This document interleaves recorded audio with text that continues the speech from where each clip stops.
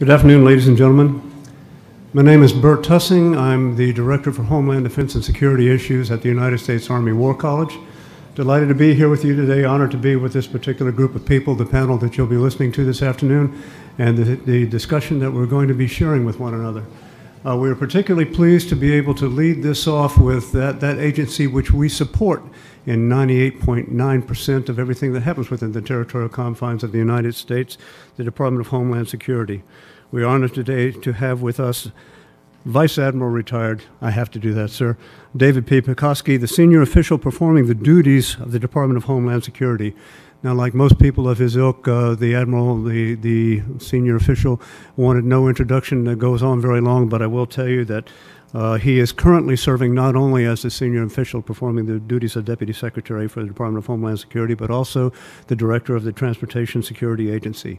He is, as you might have gathered by now, Vice Admiral from the United States Coast Guard. He was the 26th Vice Commandant of the United States Coast Guard, and he has performed as an executive in government service industries, which have led teams that provided for our help and our endurance in counterterrorism, security, and intelligence support services to government agencies. And, sir, I think that's all you want from me to say, so if you would, please.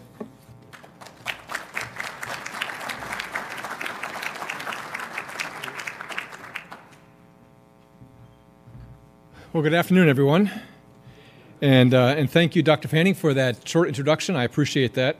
Having been in the audience many, many times, the last thing you want to hear is a long bio from somebody, and really it's more about where you're going than where you were, I think. And what I'd like to talk about this afternoon is where the Department of Homeland Security is going.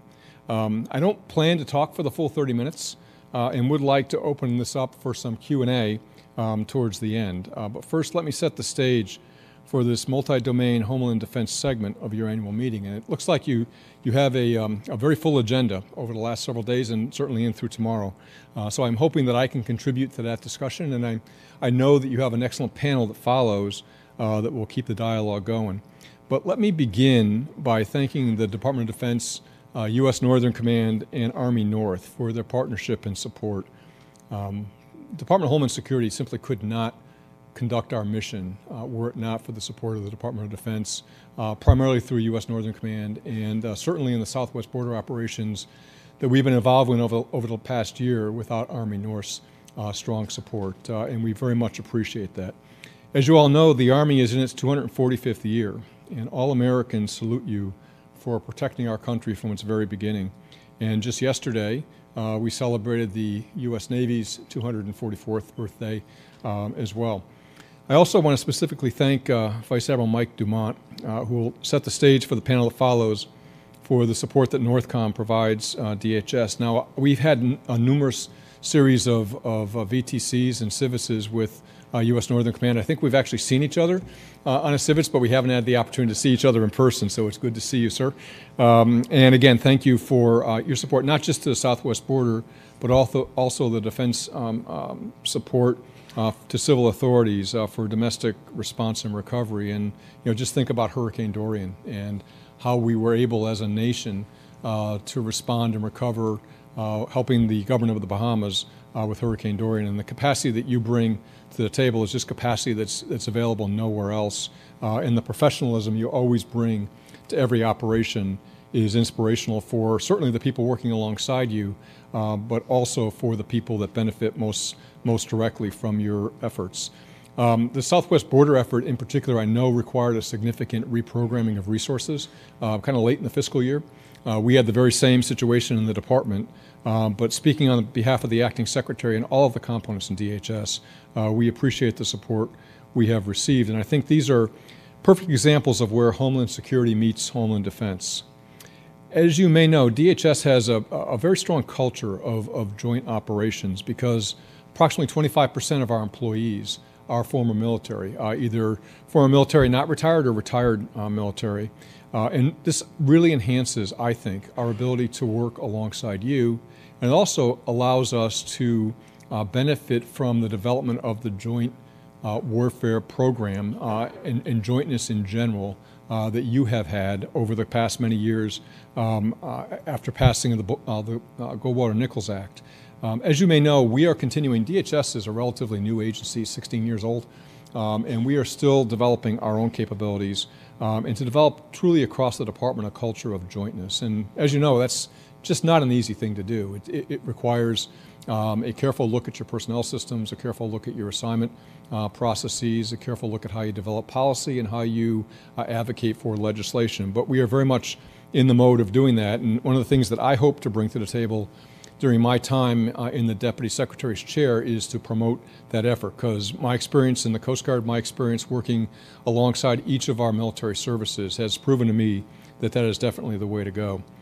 In the changing Homeland threat environment, our ongoing partnership is critical for both Homeland Defense and Homeland Security missions. Since our department is relatively new, when the strategic environment began to change, our department changed along with it. Like DoD, we recognize that the Homeland is no longer a sanctuary. As a result, we are better positioned today than ever before to work with the Department of Defense in its Homeland Defense mission.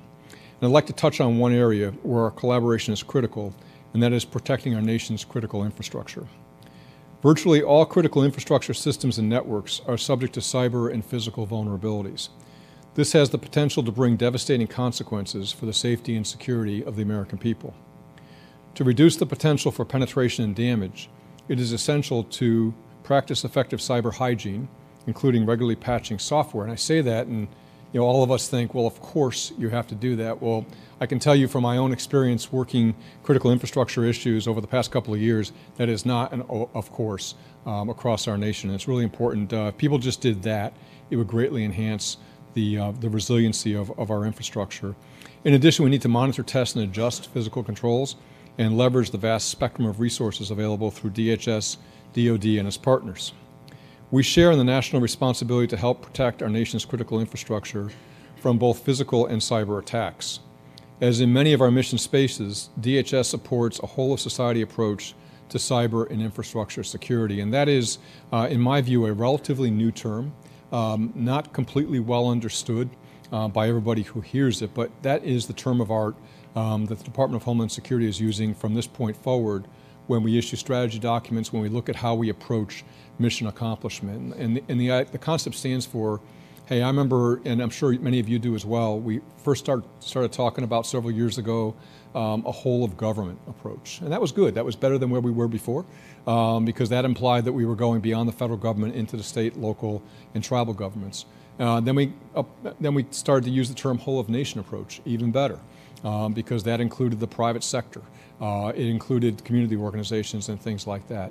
But as we look at the terrorist threat and the domestic terrorism threat, we know that we need to go a step further and go to truly whole of society. We know that, and all of you have seen, if you just read the newspaper on the threats we face here in the homeland or the actions that have already occurred in our homeland just over the past couple of years, had a member of society been able to alert some entity of a potential problem with an individual by their behavior, by their relationships, by their work habits, we might have prevented a number of incidents that have occurred across this country. And it is only by leveraging all available resources that we will be able to counter and mitigate threats to our critical infrastructure. Operating in silos, and you all know this, or closed systems, weakens all connected stakeholders involved in mitigating risks to our critical infrastructure. Resilient and secure critical infrastructure ensures the United States' ability to perform our national critical functions, including DoD's performance of the full range of critical missions, and notably DoD's ability to project power. The federal government's newest agency is CISA, which is the Cybersecurity and Infrastructure Security Agency, and that is dedicated to protecting our critical infrastructure as well as preserving our ability to perform our critical functions. But to protect our critical functions, they first had to be identified. And if you think of the mental model here, we initially looked at identifying our critical infrastructure sectors across the country. That was a good first step. But as we looked at that and we looked at the infrastructure sectors, we knew that there was, no surprise, significant connectivity between them. And so we looked at this and said, hey, we really need to get to looking at national critical functions. What functions does the nation need to perform? And then having that national critical functions list, be able to prioritize what pieces of critical infrastructure we need to focus on. In April, CISA published its initial set of 55 national critical functions. So that's a significant step up from the national critical infrastructure sectors, which are about 16. And these functions focus on better understanding a holistic risk picture within or across critical infrastructure sectors. It provides a dynamic view of our nation's risk profile by identifying critical functions as well as associated subfunctions, critical entities, and critical technologies. It allows for a new way to view criticality, which is linked to a system of systems way of thinking about the resilience of our national security, economic security, and public health and safety. Simply put, this is an all-encompassing system that minimizes risk by telling us what is most important. The National Critical Functions construct allows us to increase resilience and harden systems across critical infrastructure ecosystem in a more targeted, prioritized, and strategic way. Out of these national critical functions is our ability to conduct elections, an issue which DHS and DoD partner closely on. It's certainly very much top of mind for us as we go into the 2020 election season. It is the Department of Homeland Security's mission to safeguard the American people, our homeland, and our values. And there are perhaps few more treasured national values than free and fair elections. CISA has taken an aggressive lead with Protect 2020. This campaign is designed to increase our partnership with state and local election officials who have the direct responsibility for the election infrastructure, engage campaign and political organizations, which has been ongoing for several months now and will continue apace for the next year, and enhance the general public's resilience against foreign disinformation campaigns designed to undermine our confidence in the election process. This is a harder one to get at, but it's something that we are committed, along with all of our partners in the interagency, to continuing to communicate with the public to be able to identify when disinformation is being presented. We are grateful for DoD's partnership with us in this arena, demonstrated by the Secretary of Defense's remarks at CISA's annual summit last month, when he referred to election security as an enduring DoD mission. National Level Exercise 2020, which is focused on cyber, will provide a unique opportunity to address Homeland Defense, Homeland Security, and civil support scenarios at the strategic and operational levels. Joint Department of Homeland Security, Department of Defense exercises such as these play a key role in maturing our relationships. By securing our ability to perform national critical functions is just one component of Homeland Defense and Homeland Security. The other area that I'd like to talk about a little bit is the Arctic. This is where both Homeland Security and Defense share security and defense interests.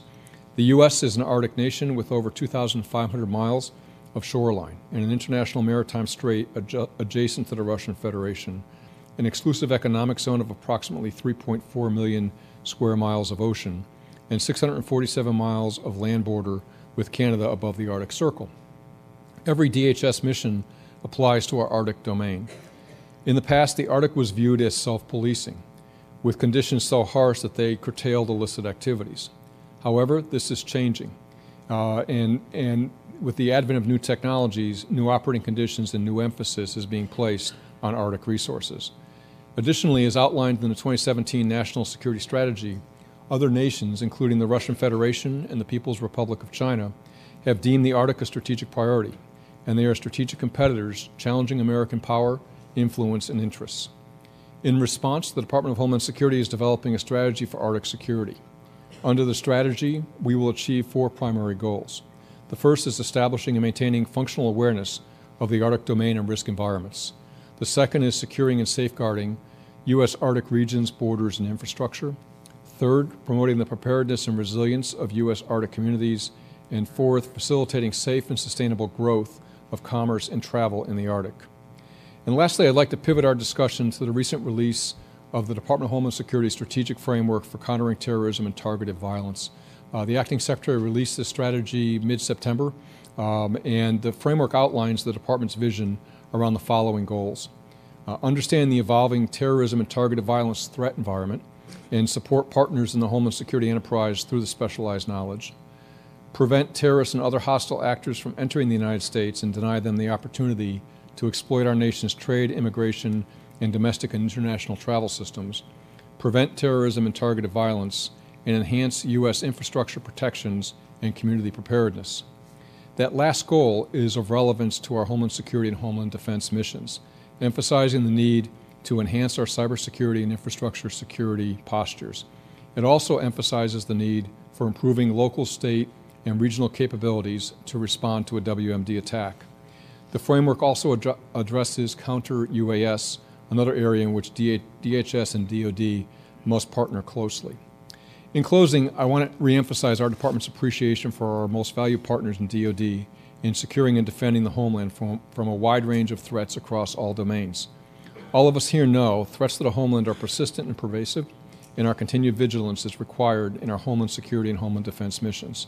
I want to thank you for the opportunity to join you today, and I look forward to taking your questions for the remaining balance of my time.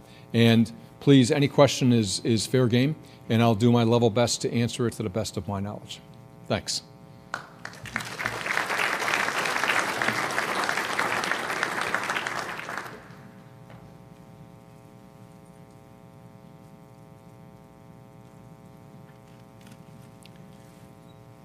So General Swan's going to give me the first question. All right. Yeah. Well, thank you. Thank you. Mr. Administrator, Mr. Secretary, for coming. Appreciate it very much.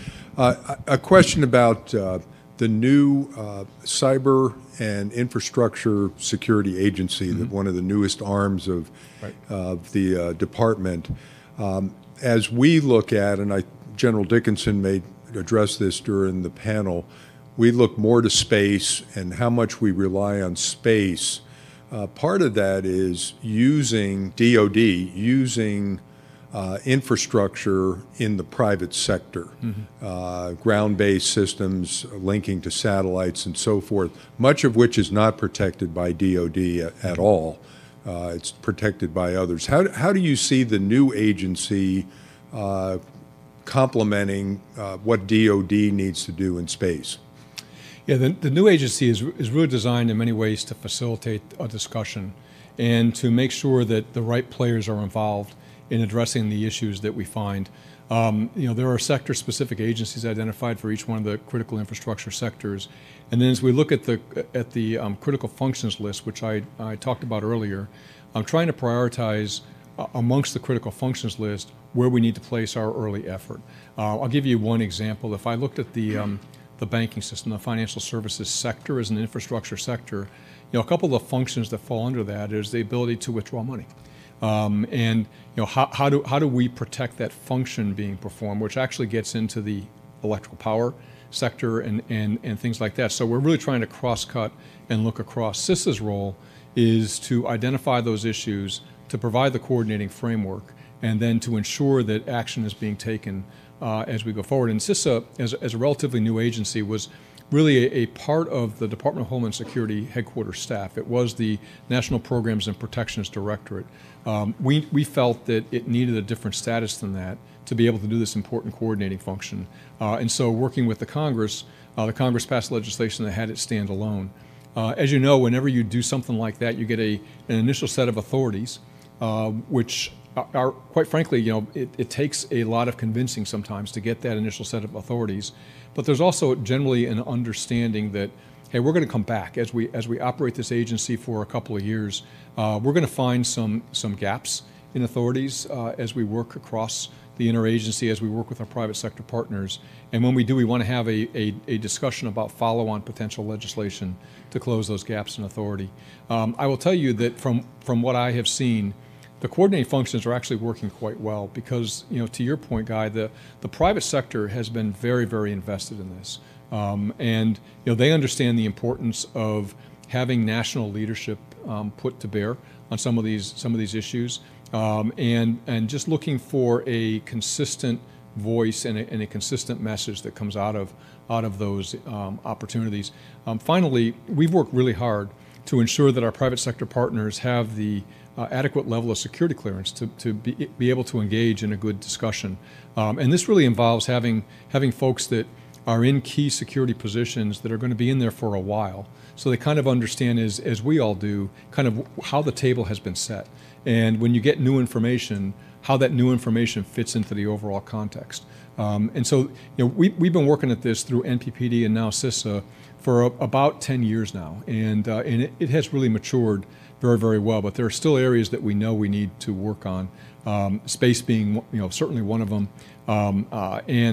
If we look at threats that we have now to pieces of our power grid, whether it's electrical or natural gas powered, being able to have that discussion in a classified setting is really important to being able to properly prioritize our actions. Thanks. Thank you.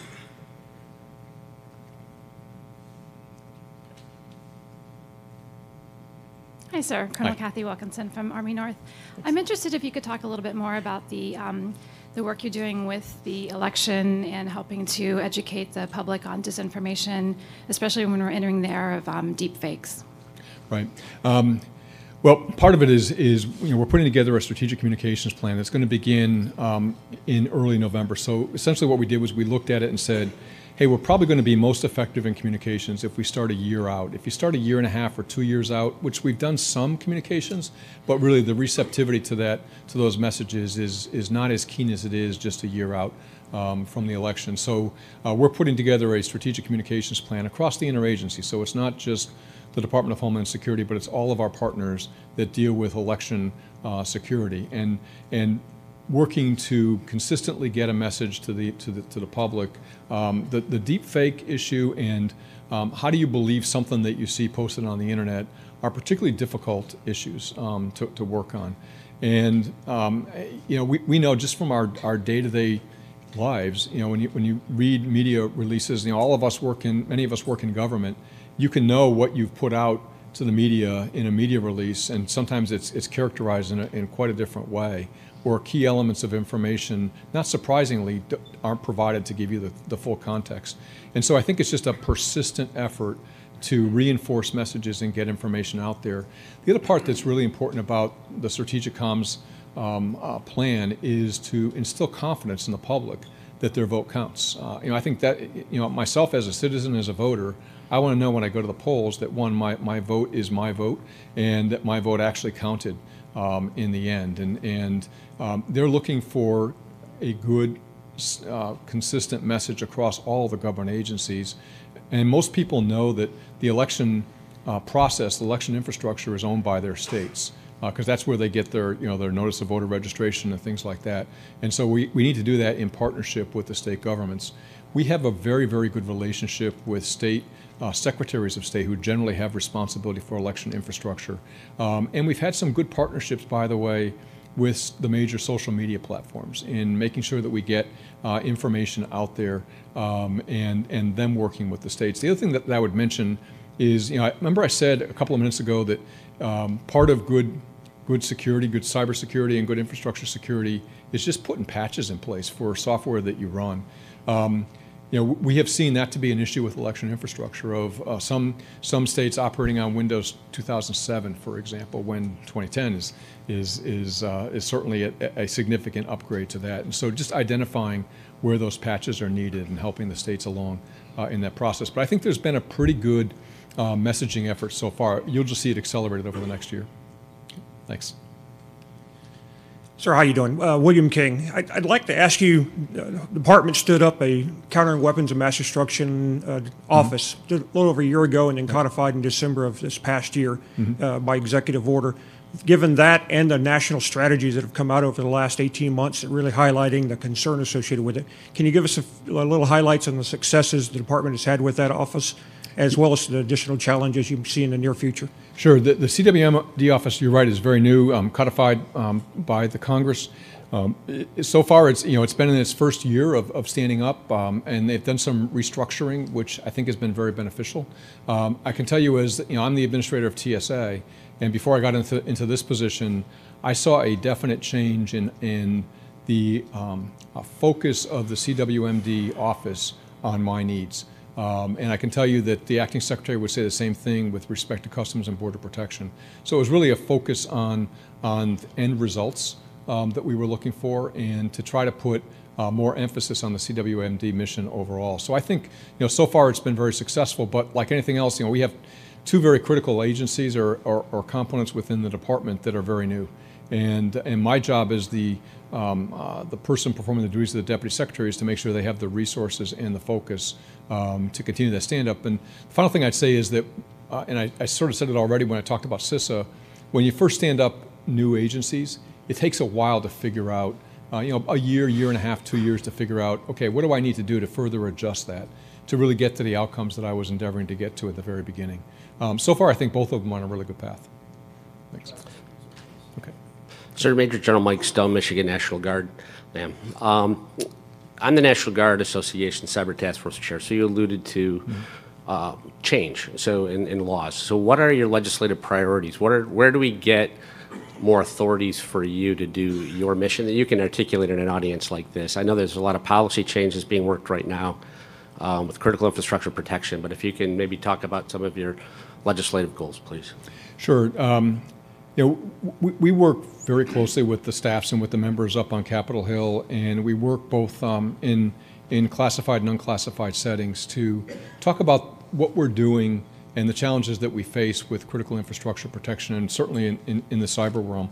One of the things that we're participating in robustly is the cyberspace solarium that's currently underway, established by an act of Congress, 14 members of the solarium, to kind of look at our national cybersecurity strategy, of which an examination of roles and responsibilities is going to be a key part of that. I happen to be one of the commissioners by position on that solarium, and the director of CISA is also a key member supporting the staff effort to get their work over the next several months to a place where the commissioners can really look at what we need to do. But I really think that's perhaps the most important thing to do, is to basically come up to 40,000 feet and kind of look at overall national authorities, national coordination bodies, national effort, national lines of strategic effort. Once we have that in place, then we'll underlay that against what CISA is currently authorized to do, and it will be able to pretty clearly show us not just where CISA needs additional authorities, but where other elements of the federal government need additional authorities. Part of this, too, is that, in my view, and one of the things that I put a lot of time on in my current position is understanding even more the cybersecurity challenges that we face and being a lot more conversational on those than I was just 6 months ago. I think my advice to any leader in any organization is if you're in the mode of saying, when a cybersecurity discussion comes up, of saying, oh yeah, I need to change my password in my email account, that's not where we need to be as leaders overall. And so, part of this overall effort is just to educate the top leadership on what the real challenges are and where some of the authorities are that we need to provide. There's always a hesitancy until we can really establish the case to provide them, but I certainly see a receptivity in the conversations we had in the solarium. Okay, I think my time is up. Hey, thank you all very much. It was a pleasure talking to you this afternoon. Wish you all the best with this excellent panel that's coming up right after me. Thanks.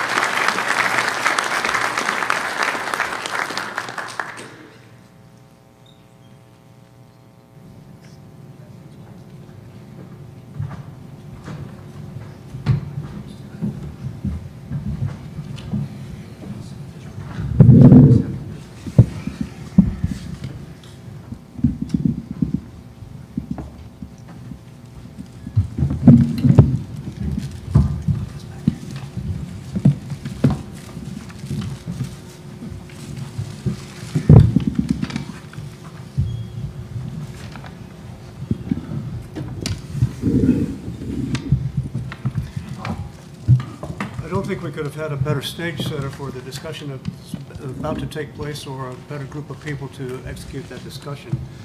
Especially since the release of the National Defense Strategy, we have given frequent voice to acknowledging the fact, as you heard already from the Admiral this morning, that the Homeland is no longer a sanctuary. If war were to come against a peer or a near-peer adversary, we would have to expect that there would be both physical and virtual repercussions against the people of the United States within the territorial confines of the United States. These attacks will challenge all of our domains.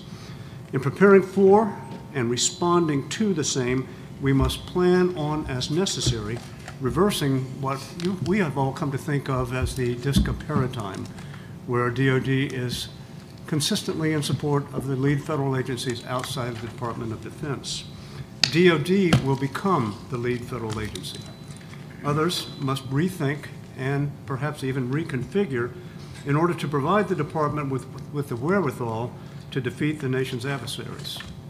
State, local, tribal, and territorial governments and the private sector may become part of the efforts to secure the department's installations, to ensure the department's ability to get our forces to deploy against our enemies, and a host of other issues to sustain our ability to defend the homeland.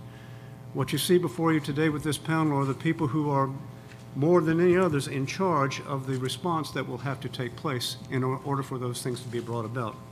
First speaking today will be Vice Admiral Michael J. DeMont, the Deputy Commander of the United States Northern Command. I would like to point out that the Vice Admiral's service to this country came upon his graduation from Southern Maine when he was commissioned, yes, a second lieutenant in the United States Army. That's right. He served for 5 years on active duty as an Army aviator and a paratrooper for the 82nd Airborne Division. Since that time, he has gone on to other things. All-American. He has held 5 commands, including the Joint Reserve Unit of the United States Military Delegation to NATO's Military Committee in Brussels. He served as a special assistant to the Supreme Allied Commander in Europe. He served as Chief of Staff in the Office of the United States Defense Representative to Pakistan. As an SES, he served in the Office of the Secretary of Defense as the Principal Director for Special Operations and Counterterrorism. And as an SES, he served as Defense Policy Advisor to SACEUR. As he commented several times outside with some of his friends, the man cannot hold a job. In addition to the education that you would expect would sustain someone on all those responsibilities, he has his Master's of Science degree in Strategic Studies from the United States Army War College, which explains the glow. After the Admiral, we have Ms. Teresa Whalen, the Principal Deputy Assistant Secretary of Defense for Homeland Defense and Global Security. Ms. Whalen has served 3 different times in the Department of, the Undersecretary of Policy as a Deputy Assistant Secretary of Defense. First, for Homeland Defense Domains and Defense Support to Civil Authorities. Second, as Defense Continuity and Crisis Management Deputy Assistant Secretary. And finally, most recently, as the Deputy Assistant Secretary of Defense for African Affairs. Before she took on her present duty, she performed the duties of the Undersecretary of Defense for Policy. She has served as the Acting Assistant Secretary of Defense for Special Operations and Low-Intensity Conflict and has served on the as a National Intelligence Officer for Africa on the Director for National Intelligence's National Intelligence Council. Following Ms. Whalen, Lieutenant General Laura Richardson, the Commander of Army North, who has done what you would expect our commanders to do. She has commanded at platoon level, company level, battalion level. She has served as the Director for the Army's Transformation Office. She has served as Garrison Commander for Joint Base Meyer-Henderson Hall. She has served as the Army's liaison to the United States Senate. And as a general officer, she has served first as Commanding General of the Army's Operations Test Command, the Deputy Commander General of the 1st Cavalry Division at Fort Hood, the Chief of Army Legislative Affairs, Deputy Commanding General of the United States Forces Command prior to her current position. Following General Richardson, we will hear from Lieutenant General James H. Dickinson, the Commander of the United States Army Space and Missile Defense Command. Like General Richardson, he has commanded in every level that you would expect, from platoon commander to commanding general of an Army Air and Missile Defense Command system. He served as the Chief of Staff of the United States Strategic Command, the Director for Test and Missile Defense Agency at Redstone Arsenal, and he too, as you can tell from the degree and from the glow, is a graduate of the United States Army War College. And finally today, we will hear from Major General Stephen Hager, the Deputy Commander of the Cyber National Mission Force of the United States Cyber Command. He served as platoon leader and executive officer for Alpha Company from 742nd Military Intelligence Battalion, served in Operation Desert Storm, served in Operation Restore Hope, served on the National Security Agency as a senior electrical engineer in the Microelectronics Advanced Research Group. I will tell you, as an English Lit major from the Citadel, I am impressed, sir. He was mobilized in 2013, where he deployed to Afghanistan as a deputy commander for the 335th Signal Command. He served as Deputy Commanding General for the 335th Signal Command. And in his civilian career, in all his off-duty time, he developed software for technology companies in Silicon Valley. And with that, Admiral DeMont. Thank you. Good afternoon, and thank you. I've been asked to speak for about 10 minutes to briefly outline the topic of multi-domain homeland defense from the NORTHCOM perspective and set the stage for our follow-on discussion. I'll briefly summarize how we view the current threats and what we are doing about it to ensure we present a credible defense to deter potential adversaries. At the headquarters of both NORAD and U.S. Northcom, our two staffs are driven by a single unyielding priority, and that is defending North America from attack. Next slide, please. Since World War II, our power projection capabilities and technological overmatch have allowed us to fight forward, focusing on conducting military operations overseas. However, since 2001, a large portion of our attention has been dedicated to understanding, countering, and fighting terrorism and small regional conflicts. While we were focused on those efforts, nation-state adversaries studied our way of war. They've invested in capabilities to offset our strengths while exploiting our weaknesses. And they've demonstrated patterns of behavior that indicate they have the capability, the capacity, and the intent to pose significant risk to us below the threshold of nuclear war. For many years, the two oceans on either side of us served as protective moats, and the remote expanse of the Arctic above us has been a significant defensive barrier to both the United States and to Canada. But given modern technological advancements, those two oceans are now avenues of attack, and the Arctic is now an avenue of approach. We have to account for these attack vectors as we protect against modern threats. The revisionist powers of both Russia and China have altered global strategic dynamics, and they've done so by fielding advanced long-range conventional weapon systems. They've also been undertaking increasingly aggressive efforts to acquire new technologies and to expand their global military presence and influence, including in the approaches to the United States and Canada. Russia continues to hone and flex its offensive cyber capabilities and its new generation of air and sea-launched cruise missiles that possess significantly greater standoff ranges, reduced radar cross-sections, and much improved accuracy than their predecessors, allowing them to strike North America from well outside NORAD's radar coverage areas. Along those lines, Russia has introduced the Severodvinsk-class guided missile submarine. This boat is armed with advanced land attack cruise missiles and is much quieter and more lethal than previous generations of Russian attack submarines. Russia's fielding of advanced long-range cruise missiles capable of flying through the northern approaches and striking targets in North America has emerged as a dominant military threat from the Arctic, while diminished sea ice and the potential for competition over both resources and access present overlapping challenges in this strategically significant region. Finally, Russia is developing multiple weapon systems specifically designed to circumvent our missile defenses and hold North America at risk. This effort includes the ICBM-delivered Avangard hypersonic glide vehicle. This weapon is likely to become operational in the next few years, further complicating our missile warning mission. Similarly, Chinese officials have stated China is not content to remain a mere observer in the growing competition, proclaiming itself a near Arctic state. To this end, it has taken steps to normalize its naval and commercial presence in the region and increase its access to lucrative resources and shipping routes. Next slide, please. The erosion of our military advantage vis-a-vis China and Russia is undermining our ability to detect threats, defeat potential attacks, and deter future aggression against North America. This is emboldening both competitors and adversaries to challenge us at home, holding at risk our people, our critical infrastructure, and our ability to project military power at the time and place of our choosing. Given technological advancements, rising tensions, and the potential for miscalculation, we must anticipate attacks against our critical infrastructure in the event of a conflict. As a result, it is important for us to recognize the homeland is not a sanctuary. We must have a globally integrated approach to these threats, as outlined here, if we are going to mount a credible defense and deterrence of near-peer adversaries. Next slide. Deterrence based on cost imposition, as with nuclear deterrence, is likely insufficient to fully deter conventional standoff attacks, and adversary incentives for a non-nuclear strategic attack may well be growing. A capable defense of the homeland is the foundation of effective deterrence and complements, not competes with, our other global priorities, both now and in the future. It is important to recognize we cannot deter what we cannot defeat, and we cannot defeat what we cannot detect. A capable defense at home is a prerequisite to both a credible deterrent against conventional attack and our ability to project power to a forward fight.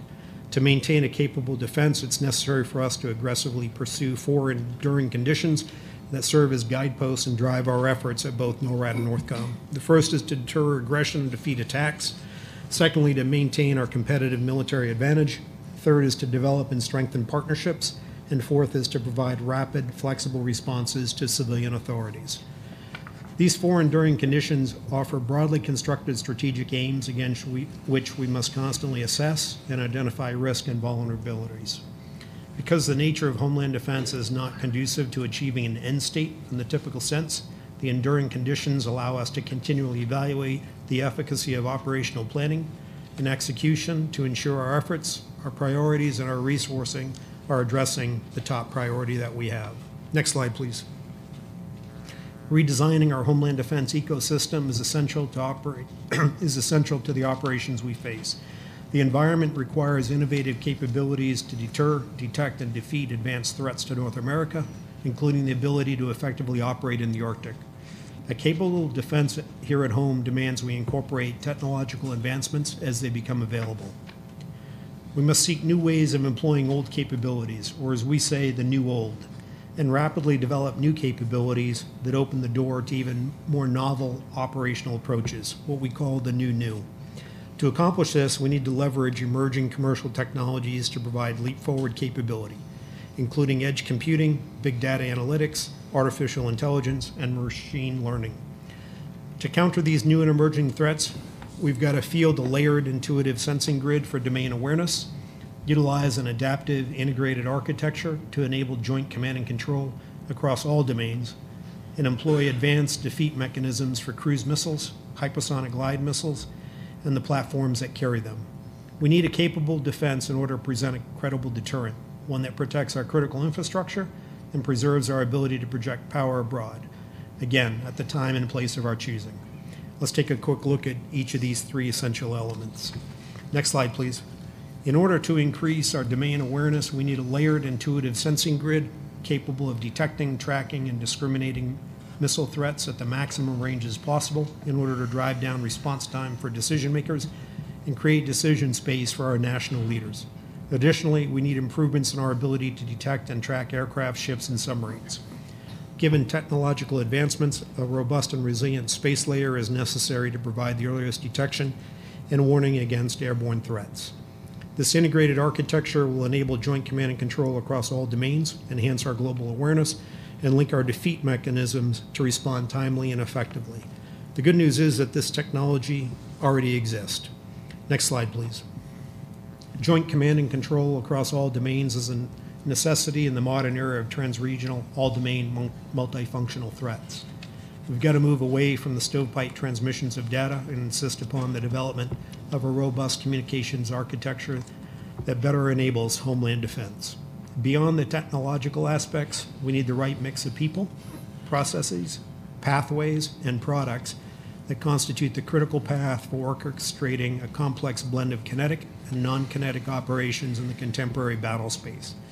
Increasingly, commanders will need to integrate capabilities they do not formally control, but upon which success depends. Additionally, emerging technologies will accelerate the need for decisions at machine speed, changing the character of how leaders set parameters, accept risk, and drive action.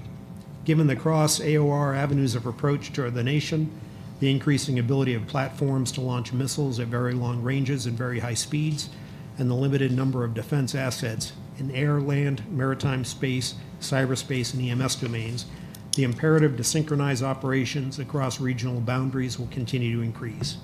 To that end, it is necessary for us to build trust and exercise as a government and rehearse procedures to share awareness, smoothly transition control across seams, and integrate operations with a variety of non-military mission partners. Next slide, please. Lastly, we have to flip the cost curve with respect to our defeat mechanisms. Right now, our defenses are high cost, and this prevents us from having enough inventory to effectively defend through what could be sustained operations. In short, we have a tremendous opportunity to revolutionize our defeat mechanisms. For example, we need to develop low-cost interceptors, ones that would allow us to build a deep magazine and establish a high rate of fire.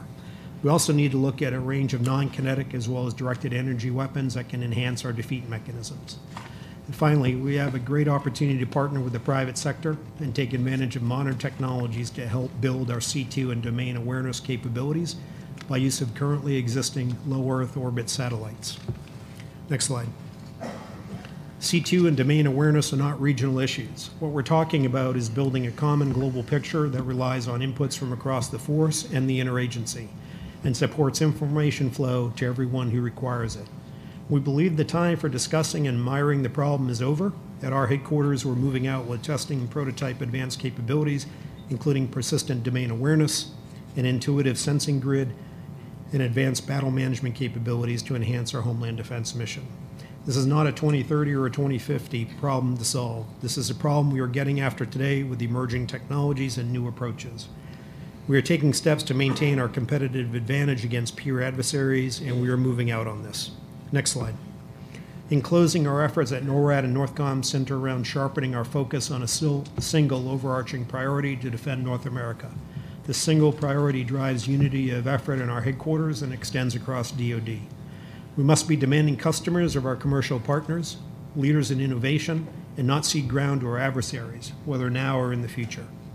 Investing in a credible Homeland Defense architecture creates better options and greater decision space for our national leaders during periods of competition and all phases of potential conflict. We have to transform our weapons, our systems, and our way of thinking in order to maintain our competitive military advantage.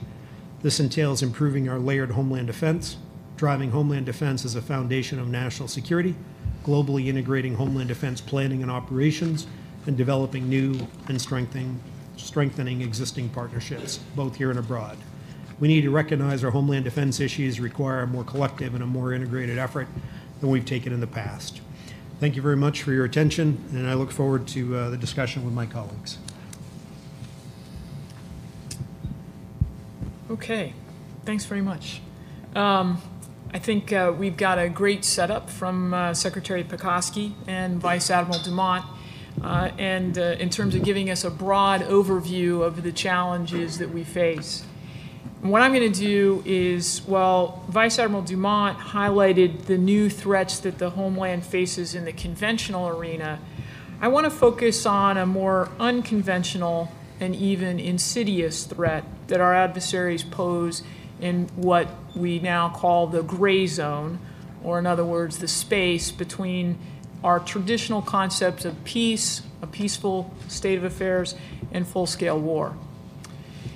The gray zone is a pretty busy place these days because our adversaries see it as the space where they can achieve their national objectives without triggering full-scale conflict with us.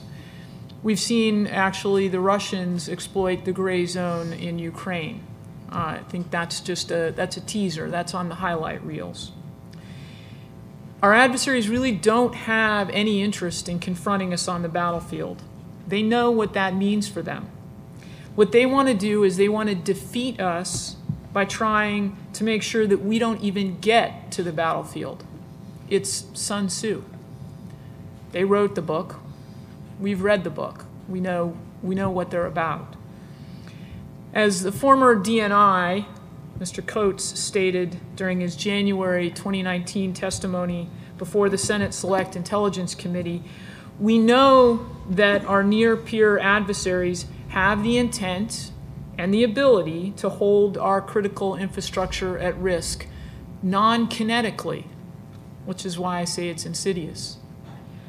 This really makes the Homeland the new front line, which is a huge change in mindset that we have to make for ourselves.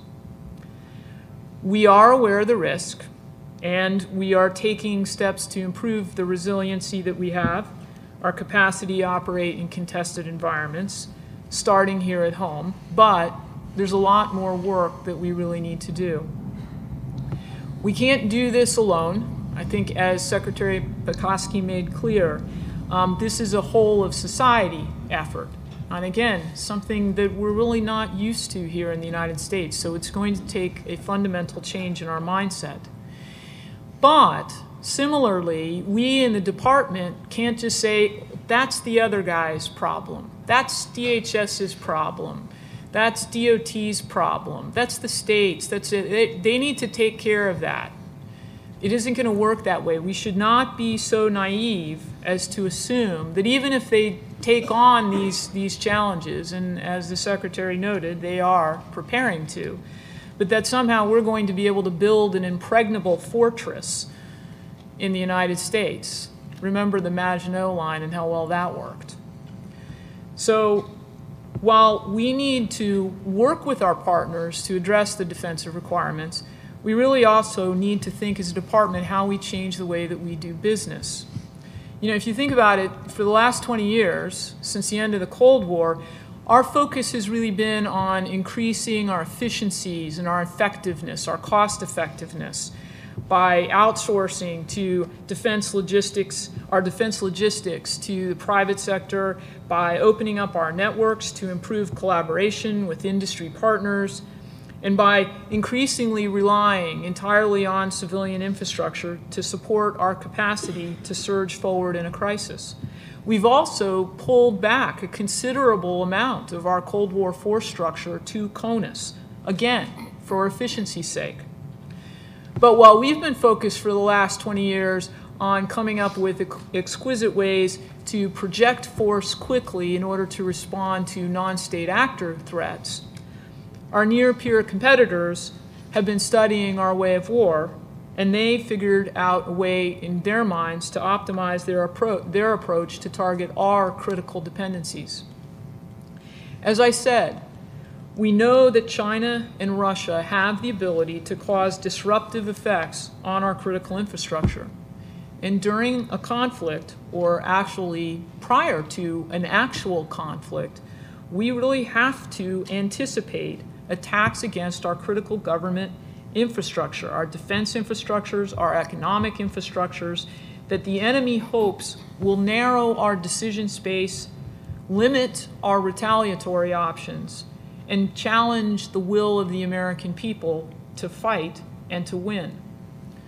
So Homeland Defense these days is really much more than counterterrorism. That's the way we've looked at Homeland Defense for the last 2 decades, for good reason, obviously. But addressing the near-peer challenge is going to require work at home, and that work at home is essential to maintain stability throughout what the 2018 National Defense Strategy called our long-term strategic competition with near-peer competitors.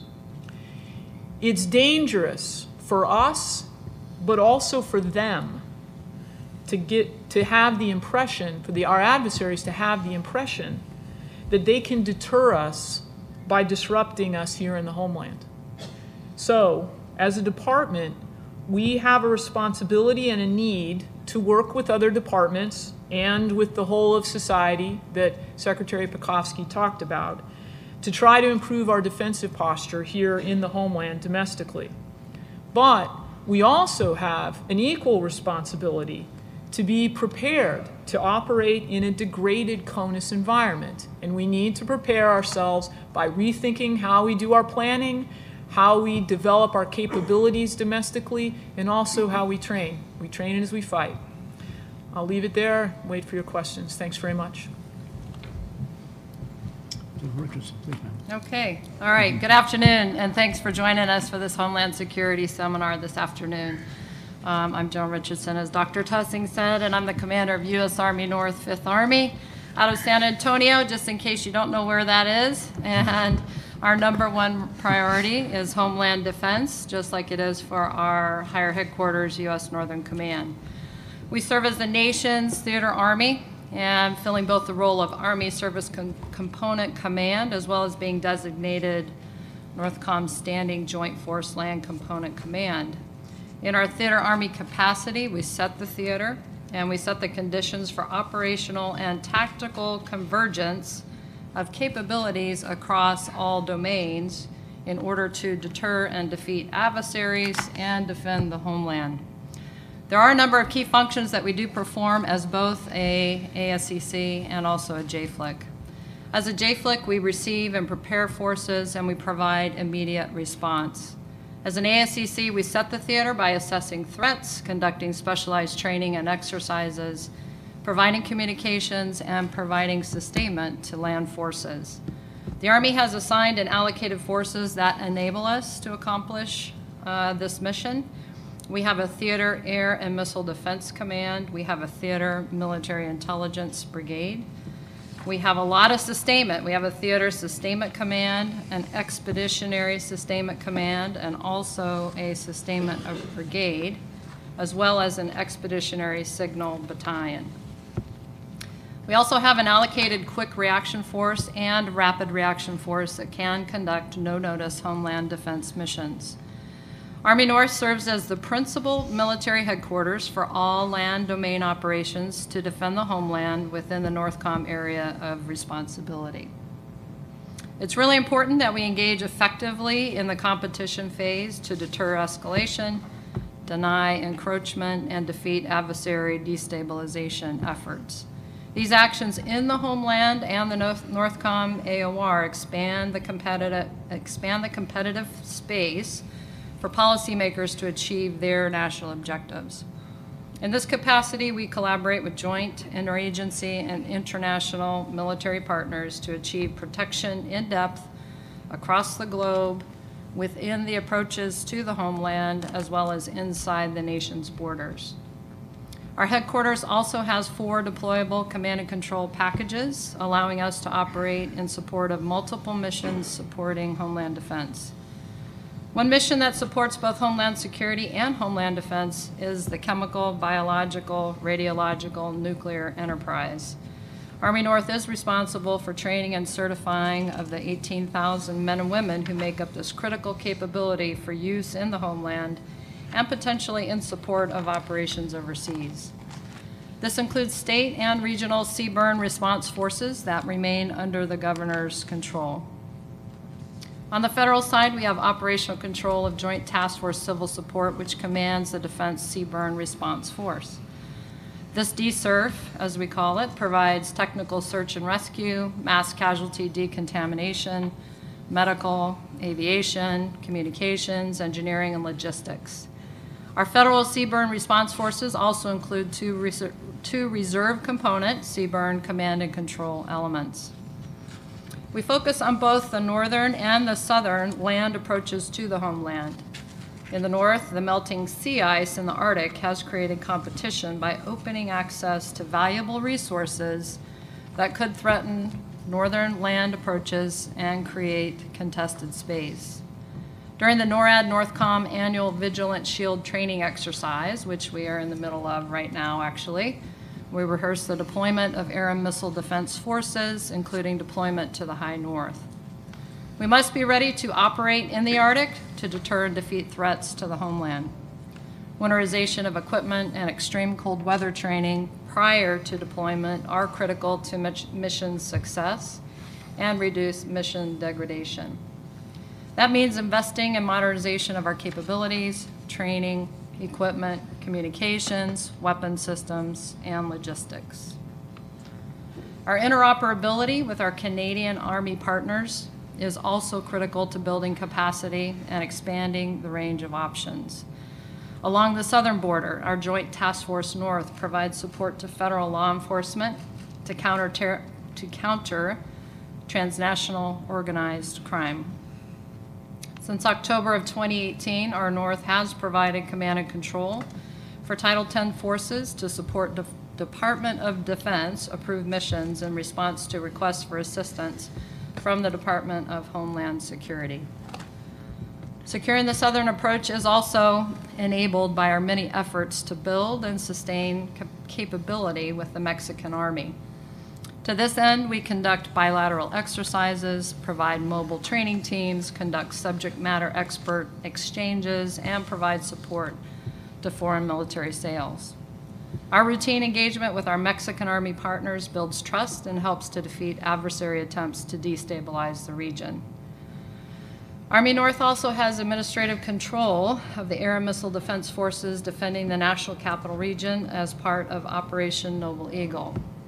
As part of our force protection responsibilities, we also have tactical control for force protection of all Title X Army personnel and installations in CONUS, and we set and elevate the force protection condition level as appropriate based on threat assessments. Our homeland defense responsibilities under several COM plans include providing theater, air, and missile defense forces to the Combined Force Air Component Command, CFAC, defense of critical infrastructure, for example, key ports of embarkation and debarkation necessary for power projection, and response for a variety of contingencies, CBRN, cyber, and conventional incidences. Our response capabilities are leveraged in support of multi-domain operations, maintaining the competitive space, and prepared to surge war-winning forces to defend the U.S. homeland. Thanks so much for coming out today. Really appreciate it and look forward to your Q&A. Thank you. Sir. Good afternoon. Good afternoon, Jack. Good afternoon. All right, there we go. There we go. Thanks for the kind introduction. I never have been introduced as an Army War College graduate with a certain glow. So I'll see if I can generate a glow under these lights. But Laura, thanks for having me on the panel today. It's always a thrill and an honor for me to get the opportunity to talk about space and air and missile defense. And so for a few minutes here, I'm going to talk about both of those. And one, I'm going to talk as the commander of Space and Missile Defense Command out of Huntsville, Alabama, not from Texas. But maybe a Roll Tide in here might be appropriate. Roll Tide. I knew I'd get it from right here. Joe, thanks for that. James, thanks for that. And then I'm going to provide you a little bit of perspective as my role as the Chief's Air and Missile Defense and Space Officer. So I thought Laura did a good job in terms of kind of laying it out. I'm going to expand a little bit on that and tell you a little bit about what Space and Missile Defense Command does. So we really support the Army and the Joint Force with capability and force development and operations in missile defense, space, and high altitude, or a better term, maybe near space. Our 1st Space Brigade, our 100th GMD Brigade, and our U.S. Army Satellite Operations Brigade all directly support Homeland Defense. Space and Missile Defense Command supports both the United States Strategic Command as well as United States Space Command. So slide, please. So the first slide there, main area I want to talk about is ballistic missile defense. We are the force provider, Space and Missile Defense Command, of the 100th GMD Missile Defense Brigade. This brigade is dedicated to the defense of our homeland and really is an amazing group of soldiers that are a multi-compo brigade in terms of having National Guardsmen from Colorado, Alaska, as well as California National Guardsmen coming together to form a nucleus in order to perform this critical mission. Their missile defense crews, as you can imagine, maintain an extremely high level of readiness, partly by carrying out their real-world missions during tests. Examples include, and you can see them in the middle of that chart, are 3 tests that I'll mention. Examples, 2016, we tested the GMD CTV-02+, which is a mouthful, when we launched a GBI for an exo-atmospheric kill vehicle thruster test. FTG 11 or 15, excuse me, in May of 2017 included the first exo-atmospheric intercept of an ICBM class target. The ICBM representative target was launched from the Kwajalein Atoll Reagan test site, which is also operated by SMDC. In March of this year was probably the biggest test we've had, which is FTG 11, was a successful salvo of 2 GBIs or ground-based interceptors. The first GBI intercepted the target, and the second GBI took out the most threat representative target in a very complex debris scene. So as I mentioned these tests, you can see on the charts, you can see contrails and et cetera. If you look in the lower left-hand corner, the second picture from the left there shows a couple of contrails, which are the 2 GBIs being launched out of Vandenberg Air Force Base. The picture right to the left of that is the target being launched out of Kwajalein Atoll. The significance of these tests is it shows a tremendous deterrent capability for our adversaries or potential adversaries. And the importance of these tests are that, one, they are developmental and they're operational in the sense that we have actual crews from the 100th and the 49th GMD Brigade performing their actual missions, exercising their actual TTPs, and the performance of these tests, which measure and also ensure that we have the highest level of readiness. Slide, please. General Richardson mentioned just a moment ago, so the Army also has the air defense portion of the NORAD's Homeland Defense mission for the National Capital Region. National Guard units from South Carolina, Ohio, Florida, Mississippi, and North Dakota rotate through the NCR for this mission. This joint mission has a variety of multi-domain aspects to include the sensors and the command and control networks. SMDC supports these missions with joint systems integration and communications infrastructure that links the components into the NORAD command and control structure. So the soldiers I talked about on the first slide, the 100th, as well as these soldiers that are rotating through the National Capital Region, are doing their mission every day, even as we sit here, and have done it for more than a decade with absolute precision. So it's important to understand, in my mind, that that is a tremendous deterrent capability for the defense of our homeland. Slide, please. So the Army also extensively uses space-enabled capabilities like geospatial imagery, GPS, and SATCOM. And as we support civil authorities in response operations, SMDC develops and operates a number of these capabilities. One example in particular is the Domestic Operations Awareness and Assessment Response Tool, or affectionately known as the DART, which we developed for the National Guard. It's an interactive web environment for responders from any agency to be able to add all types of data layers and communicate. DART has been used in numerous disaster response operations, including wildfires and hurricanes, such as the recent Hurricane Dorian. SMDC also developed the flyaway packages you see on this chart to provide essential communications and essential situational awareness capabilities when commercial communications are not available. Finally, SMDC operates the Force Tracking Mission Management Center in support of U.S. Spacecom. It provides continuous friendly force tracking to support geographic combatant commands, services, non-DoD agencies, allies, and coalition partners. Force tracking is a critical tool for providing near real-time location and status of first responders and security forces on the ground or in the air. The examples on the right show the locations of firefighters and satellite-based fire detection from the massive 2017 wildfires in California. We also process tracking data for Hurricane Hunter aircraft and other users like FEMA mobile units, National Guard security patrols, and police and emergency personnel. Slide, please. And finally, Mike mentioned this just a bit, but I'm going to expand on it. I want to talk a little bit about our strategic view for the future with regard to missile defense. The Missile Defense Review noted the need for space-based sensors, interoperability, and a more balanced capability set. The graphic on the lower left shows that many of our investments address active defense in the mid-course and terminal phases, where solutions are very costly and the risk is high. We need to strengthen and integrate other elements, including defeating adversary missile systems left of launch or before they launch. In March, we completed the Army Air Missile Defense 2028, the vision for the Army Air Missile Defense enterprise for the future. This vision will be realized with multi-domain solutions consisting of guns, missiles, electronic warfare, cyber, space, and directed energy, with an expanding threat set ranging from ICBMs and cruise missiles to unmanned aerial systems. There is no silver bullet. So we need to strive for a balance in funding, including left of launch and left-right integration of capabilities. Our future architectures will be layered, tiered, and integrated using space, cyber, electronic warfare, land and air sensors, and the ability to match the best sensor with the best shooter.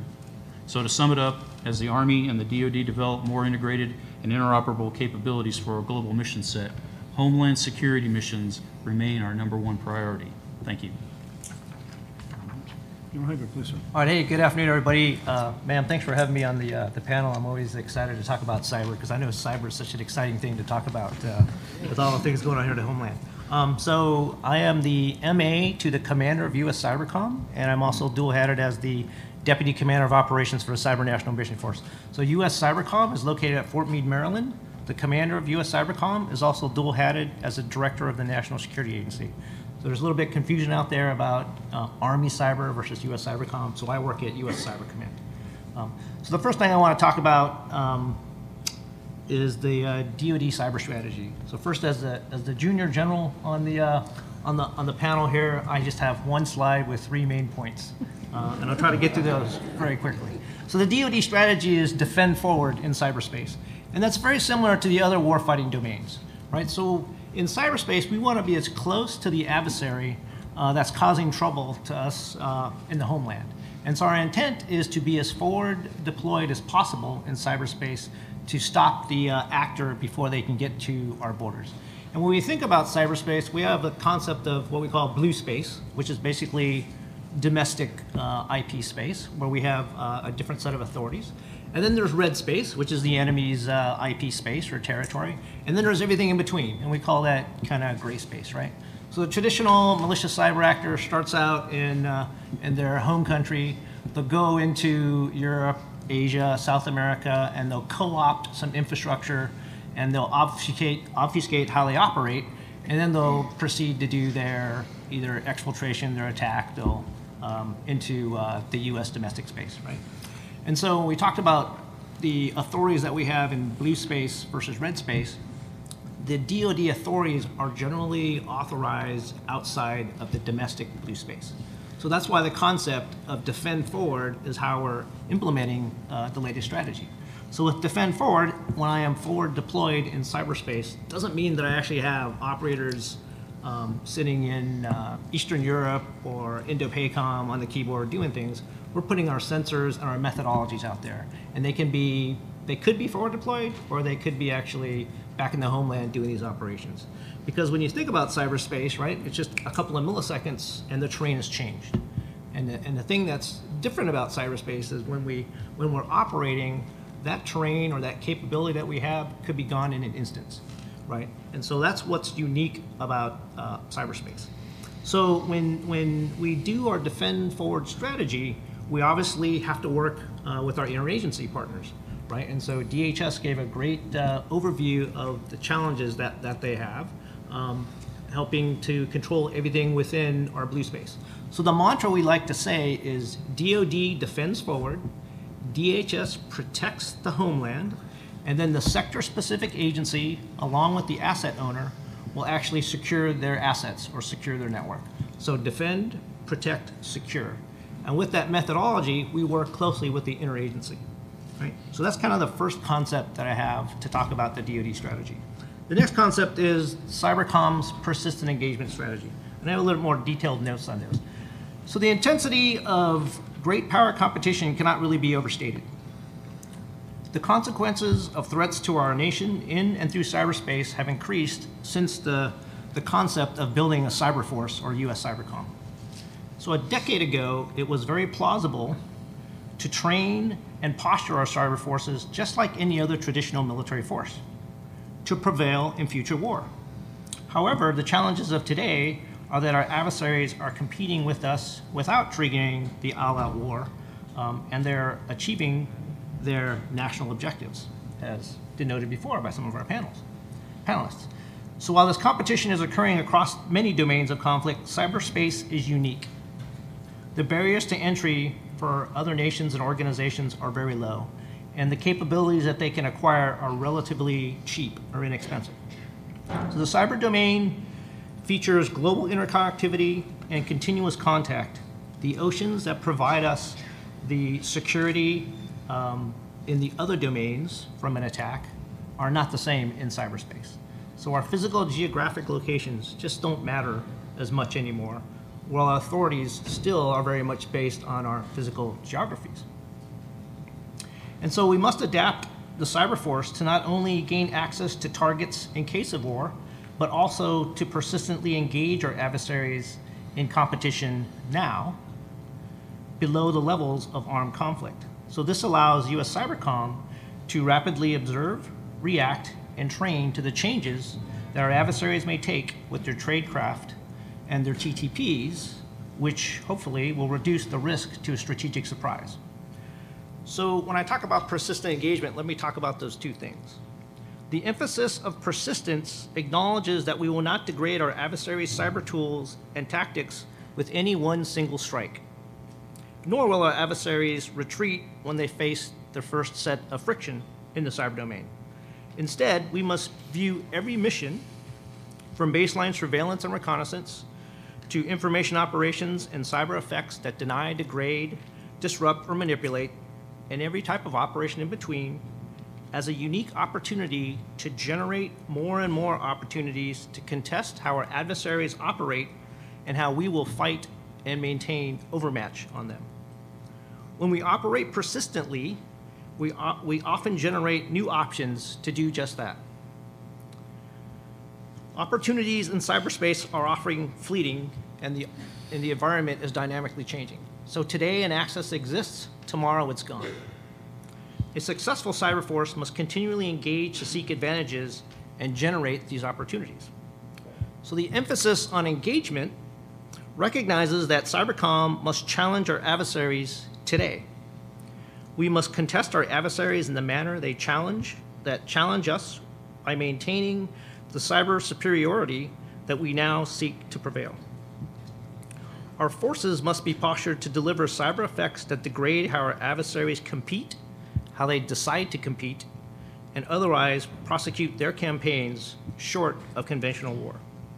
So when we talk about persistent engagement, this is the concept of how we're going to engage our adversary every day. And we think about that in two manners. We will act or we will enable. And most of the time, we will enable. And when we say enable, we will enable other government agencies, other host nations, and even folks in industry. Because if you think about the cyber domain, most of it is controlled by the private sector. So when we want to enable, we're often enabling the folks at DHS or even the FBI when it comes to things that we're going to do domestically. Because in cyberspace, it's more than just the ones and zeros or the malware or the types of intrusion sets that we may block. There are other legal actions we can take to impose costs on our adversaries. And so when we talk about persistent engagement, we're constantly thinking about what are those TTPs that we can do along with our partners to advance our capabilities and impose costs on our adversaries. And the last thing I want to talk about is incident response. So incident response is something that we would like to get ahead of, right? We'd like to be able to stop the adversary before they come into our blue space and cause a catastrophic cyber event. So on the DODIN, we have all the authorities that we need, right? So the DoD Information Network, we can do what we need if an adversary gets in to block them, to kick them out, and take actions to make sure they can't get back in again. When it comes to off-DODIN intrusion sets, we are limited with our authorities, and that's where we're going to work with our partners to help them enable their defense. So when directed, we can support, in this case, DHS with their HERT teams. If they are overwhelmed and a DISCA request comes in, then the Cyber National Mission Force is postured to augment them to do those incident response teams domestically. So those are my opening comments, and I'm looking forward to your questions. Thank you all very much. I would like to start off with a few questions from the table here, and then we'll open it up to the audience at large. For the panel, one of the things that is continually in our minds is that anything that we do within the territorial confines of the United States that we might do overseas is exponentially more difficult because we're doing it within the territorial confines of the United States and among Americans. Now, given the unique authorities for operations within the United States, what are your biggest concerns regarding roles and responsibilities, especially in competition below the level of armed conflict? Bert, I'm happy to start. Please, sir. So I think one of my greater concerns regarding the roles and responsibilities is I look at how well the U.S. military and the Department of Defense generally plan and conduct exercises and test theories and response options. I have greater concern that our interagency partners do not train or exercise to the level that we do. And I think it needs to be done on a more regular, recurring basis.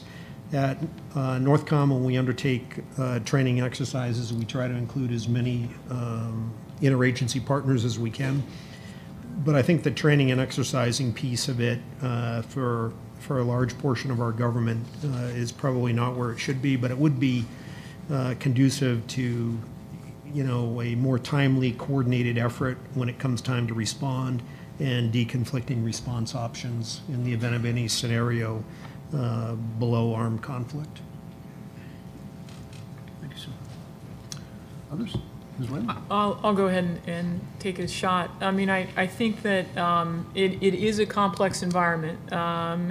One of the things, though, that I think is we can be optimistic about is that if you think back, say, a decade and a half, to just after 9/11, when we stood up Northcom, we stood up DHS, even within OSD, we stood up the Assistant Secretary for Homeland Defense. We didn't have a lot of, we didn't have an SOP, we didn't have a playbook for operating together with domestic agencies. It was pretty rough, and it took us a while.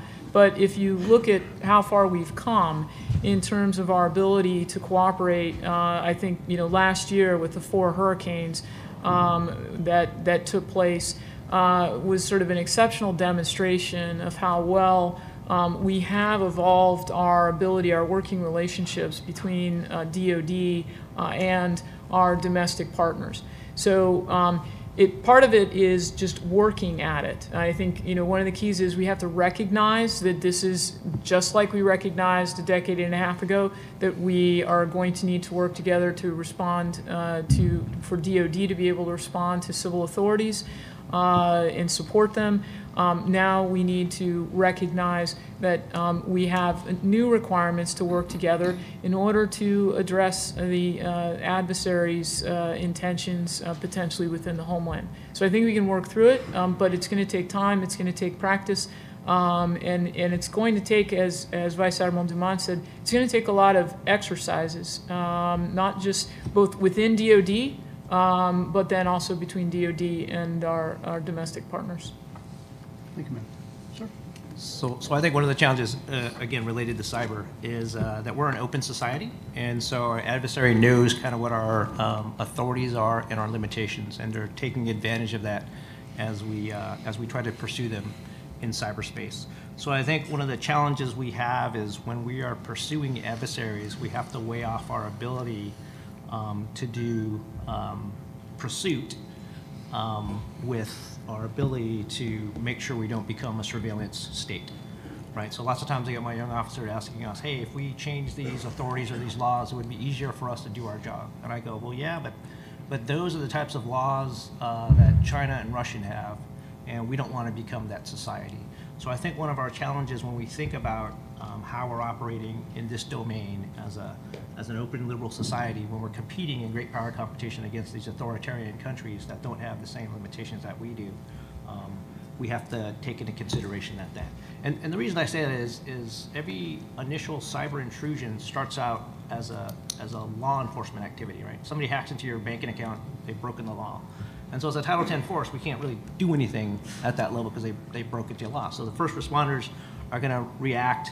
And then if it raises to a level of, hey, we see some correlation here and it looks like maybe it's tied to a nation-state intelligence agency, then the MDCO guys can get involved. The counterintelligence folks can get involved because they have another set of authorities. And then if it gets raised up even higher, right, then it's a national security event. Then the folks like Cybercom will be given the authorities to do things domestically. But I think that challenge is that domestically we have rules for very good reasons to make sure that we don't become a surveillance state. And I think as we go forward, at least in cyberspace, those are things that we have to consider. So I would like to comment on the units that I read off during my opening remarks. And as Gerald Dickinson mentioned, our multi-compo units that we have that are underneath Army North and also his organization. And I think what we need to better in terms of when we're talking about multi-compo units, because when things happen and disasters happen or hurricanes happen and different type of things happen, we don't have time to figure out the access.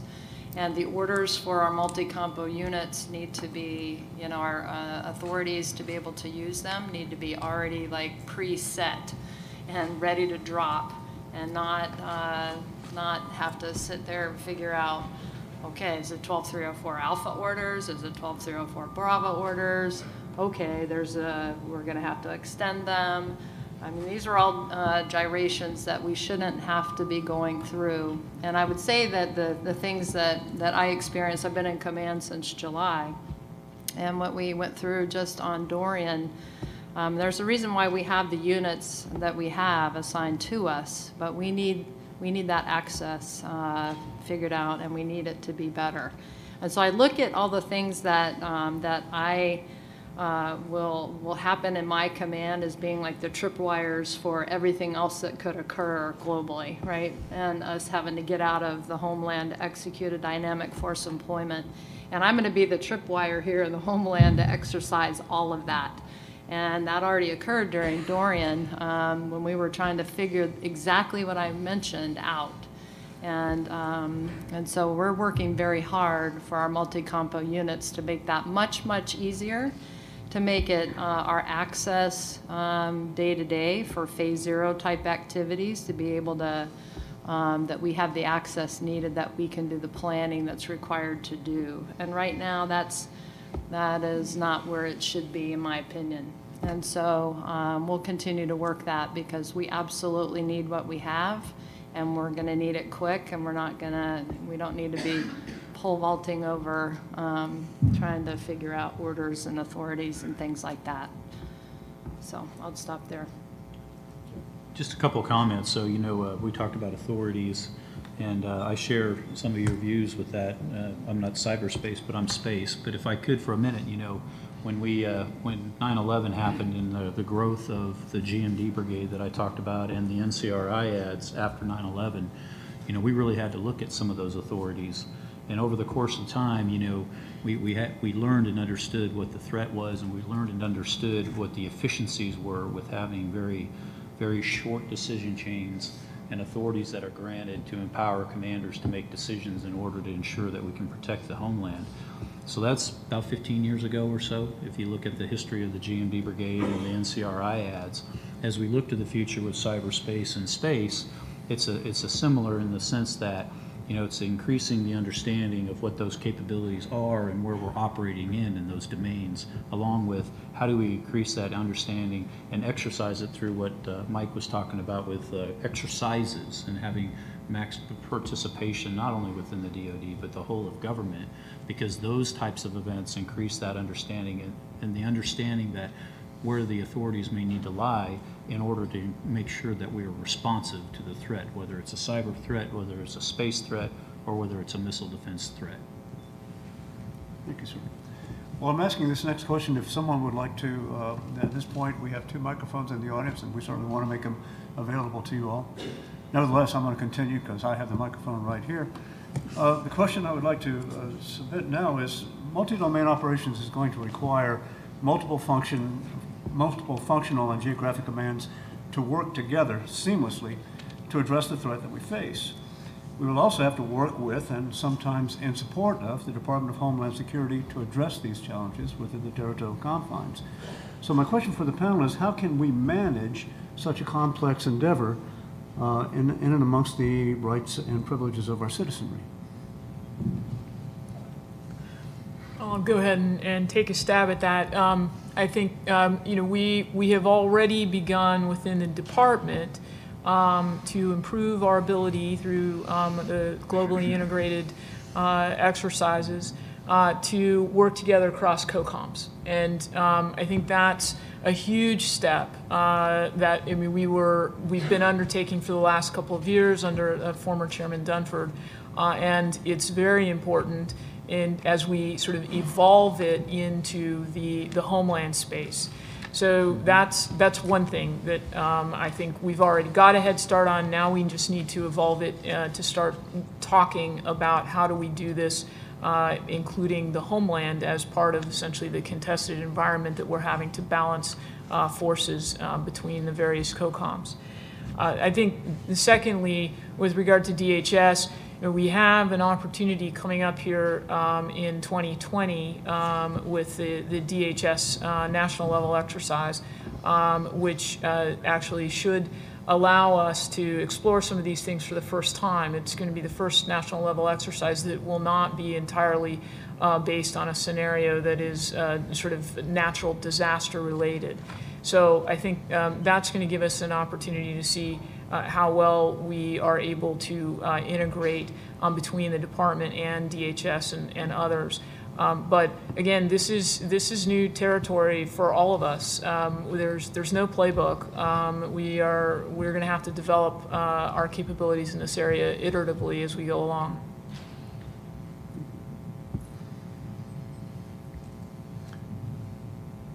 questions from the audience at this point? Sir, please. Thank you to the panel for coming out today. I'm Colonel Matt Redding. I'm an instructor at National Defense University. So any good strategy without resources is really just kind of a whim. Having studied some of the DHS budget documents out there where they have $1, the DoD has 10, do any of the panel members have any insight on how the resource landscape over the next 2, 4, 6 years will look in terms of balancing threat and matching it to a line in somebody's budget to ensure that our adversaries can't exploit a seam or gap in our resource base?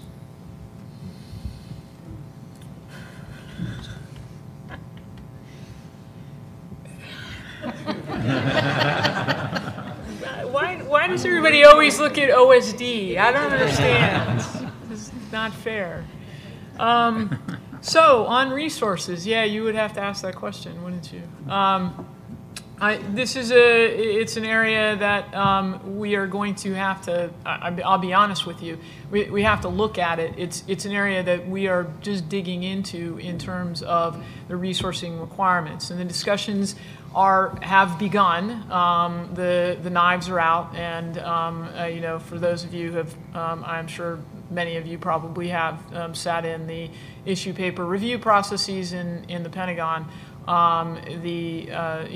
We're getting after it. There are going to be some hard choices, though, that we're going to have to make potentially, both within the department and then, of course, as you mentioned, this isn't just a DoD problem; it's bigger than DoD. So I think the key is that we have to be able to tee up those hard choices, and we have to be able to tee up the puts and takes in an accurate way, and in a different way than we have in the past. I mean, we tend to look at the Homeland as being an area where you trade off within your space. So if EUCOM wants something more, then EUCOM has to figure out what they're going to give up, or if CENTCOM wants something more, then everybody else has to figure out what they want to give up. No, I'm just joking. But, yeah, well, sort of. So anyway, one of the challenges, though, is with regard to the Homeland, that given that what happens here impacts everyone else, to a certain extent, we may need to sort of look more broadly at how we balance our resource allocation. And it's not just about robbing Homeland's Peter to pay Homeland's Paul. Those are decision matrices that we are going to be responsible for teeing up in the coming year and years as this issue, I think, becomes more prominently recognized. It's also about understanding the threats, where they're coming from, where they'll be coming from years from now, and making some informed, calculated risk decisions, both within the department and across government with other departments and agencies. But it's critically important to understand where the risk is, what the threat actually is going to be several years out, and then how do you sort of make trade-offs and decisions in that respect. That's the difficult part, I'm afraid, and it's just going to take some real thoughtful, careful analysis to understand where to apply the resources. The other thing is we do need to do a better job of taking advantage of emerging technologies, some which may be considerably cheaper than we're used to spending. So it's just a matter of understanding the threat and making some calculated, informed decisions.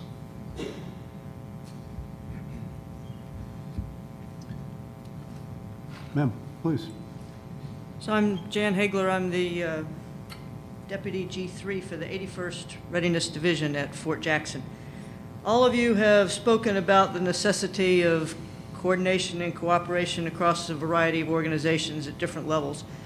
So I wonder if you could expand a little bit more on who owns the common operating picture and at what level would that be held?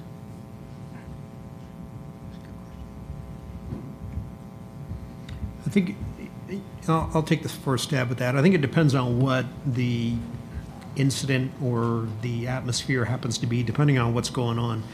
A response in the United States that would involve a number of agencies, obviously the National Security Council would play a big role in dictating response and identifying what resources to apply, and then departments and agencies would conduct their authorities and whatnot. So I think it depends on what the scenario is. And I'll give you examples. At NORAD and NORTHCOM, we have liaison personnel from over 24 federal agencies in our headquarters that are responsible for coordinating back and forth between us and those departments and agencies. That has opened up avenues of communication that didn't exist years ago, that have been built upon and added on to, and that allows us within our own sphere of defending the homeland to actually have an understanding of who's doing what within the continental United States. So I think those abilities to, or the ability to have those types of relationships with people who can liaison with the organizations, whether in Washington or the field, is critically important to sort of understanding the operational environment, and that's how we do it from our perspective. So I would say, again, in the cyber domain, right? So NSA and Cybercom have created the Integrated Cyber Center up at Fort Meade, and we're bringing in similar all the LNOs that are relevant to us for the domestic agencies. The other big one is what DHS runs. They're changing the name, but it used to be called the NCIC, where they have all the kind of like incident response folks that are there, and we're tightly coupled with them. So we have LNOs, they have LNOs at these two sites, and then NCI JTF is kind of like the FBI one, and again, Cybercom has folks down there day to day, so that we can see kind of the information that we want to share between us in cyberspace. And then those, I think, are tied to these larger domestic response, incident response places where we're tracking everything. So that's kind of the manner that we're approaching it. It's not perfect, and we're still working within the interagency to see how we can optimize those types of things. Before we get too far from the discussion, a number of you have brought up the picture that the former chairman had of us balancing competition and conflict. And at the same time, we've talked several times about the developing technologies overseas. What I'd like for us to ask, to examine for a second here is, what are the current or future technologies that you think that we can exploit to combat challenges to the homeland in that competition phase? And how will that work with the federal or commercial security systems? All right, so it's always dangerous when you ask a guy from Silicon Valley about technology. So I have a whole laundry list of technology things. So the first thing I'd say, again, in the cyberspace domain is this thing called auto patching. So we already heard from the first speaker that most of these cyber intrusion sets are just because people have terrible cyber hygiene, right? So it's auto patching, and then a mechanism to verify that those actual patches actually took place, right? So that's the first thing I talk about. The other thing is supply chain, to verify that our supply chain is good. And as a guy who used to design ASICs for the agency, that gets all the way down to the lowest level, bit level, of when a piece of hardware is actually made to verify it hadn't been tampered with. And there's a lot of research being done on verifying the sanctity of a supply chain to make sure no interdiction has happened. The two other ones that I'd like to talk about, and I apologize if this is a little bit geeky, I called it quantum proof or quantum safe encryption. So with the advent of quantum computing coming out, and one of our adversaries is probably a little bit more advanced than us, the belief is in the next 5 to 7 years, they can collect all of our encrypted traffic with the encryption algorithms that we have today and probably break it in like 5 to 7 years. So quantum safe or quantum proof encryption means that won't happen, and we'd have to start working on that migration now, and we're waiting for NIST to come up with those standards. And then the third thing, as we move to the cloud and the concept of putting different data sets around there, if you're a good data owner, your data at rest is going to be encrypted, right? In the traditional way that we would do it, we would take all that data, we'd bring it into a big data lake, we'd unencrypt it, and then we'd run our analysis on it in an unencrypted manner. There's something called homomorphic encryption.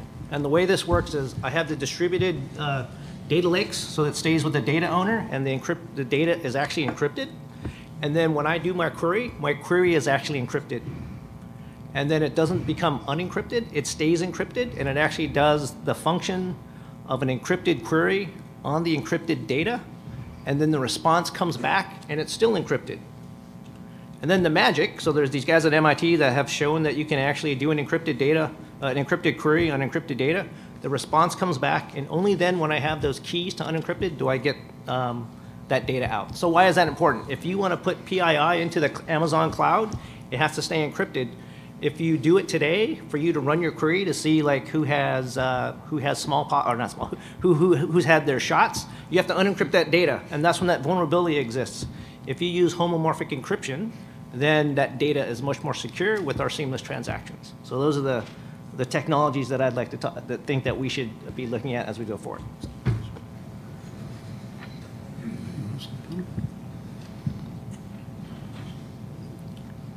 While he comes up and asks that question, just one thing. Isn't this Cyber Awareness Security Month? It is. It is Cybersecurity Awareness Month. We should all be patching your stuff and making sure that... There you go. See, so I think I understood everything you said. But for us in this room, I think it was our keynote speaker actually mentioned it when he talked about patches and things like that. We can do very rudimentary things, fundamental things right now that will increase our cybersecurity. I don't know how much, but I'm sure it's a lot. And it's just as simple as making sure that you understand every time you log on to, if you're in DoD, you log on to the DoDIN, that you in fact are a cybersecurity warrior. And so I think there are many easy things we can do, like signing and encrypting our emails, making sure that we're not opening up unfamiliar attachments and links that come to us on the emails. But that's not the what'd you call it? What kind of encryption was that? Homomorphic encryption. Okay, all right. Homomorphic encryption. So the reason why patching is important, so there's a thing called Microsoft Patch Tuesday. So they release their patches on Tuesday. So basically they're saying, here are all the vulnerabilities that existed last week that we fixed. And so there are companies that basically weaponize those patches within 2 days.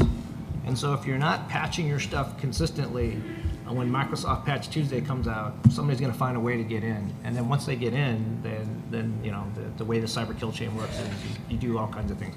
But initial access becomes very simple when people look at not having a patch system. Sir, please. Good afternoon. I'm Bill Hall, the Commander of Joint Task Force Civil Support. I work for General Richardson. My question is for Vice Admiral Dumont and Ms. Whalen. You know, the National Defense Strategy says the Homeland's the #1 priority. After that, it gets a little thin of how we're going to do that. And as someone that served at U.S. European Command and understanding that half of the globe and some of the things we're trying to do there, I understand that a little bit. I know in the future we're going to try to get an OSD CAPE study done on the CBRN response enterprise. Is it the right mix? Is it the right component, the right place? But in the near term, the new commandant has come out and said he wants to do away with CBRN, 525 highly trained Marines, and I would say the gold standard of CBRN response, the gold standard of CBRN response. And obviously he wants to do that because he wants to narrow the Marine Corps' mission and what they're doing. I would tell you as a senior leader in the CBRN response force, that's the absolute wrong direction that we need to go. I just want to know if you've got any thoughts on what are we doing to counter that, and if we're not countering his proposal, is there something that we're going to shift those resources, one, to protect the National Capital Region, because that's the first thing that they do, but from a selfish perspective, and the one IRF that they provide to Joint Task Force Civil Support and the CBRN emergency will be critical to our overall success. So I look forward to your thoughts.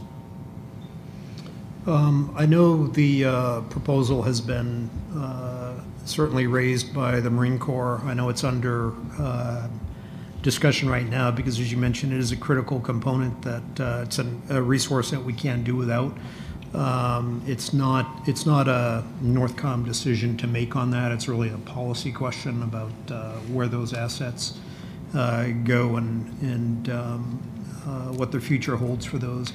I know it's under consideration. I know it's being assessed. I don't know what the outcome of that will be. Yeah, it's actually being actively discussed right now, and from a Homeland Defense perspective in OSD, we would share your concerns about the Marine Corps eliminating that capability, and so we've been in a pretty, I think, good dialogue with them about how we might be able to address their concerns, but also continue to maintain the capability. No decisions as of right now, but it's not a done deal yet that it's going away.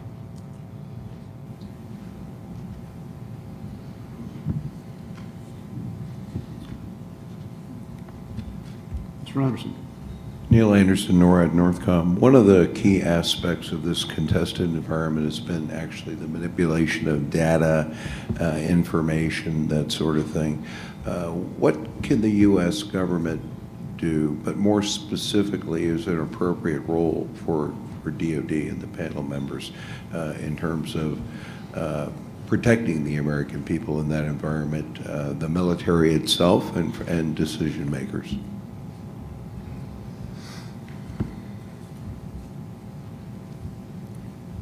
Sir?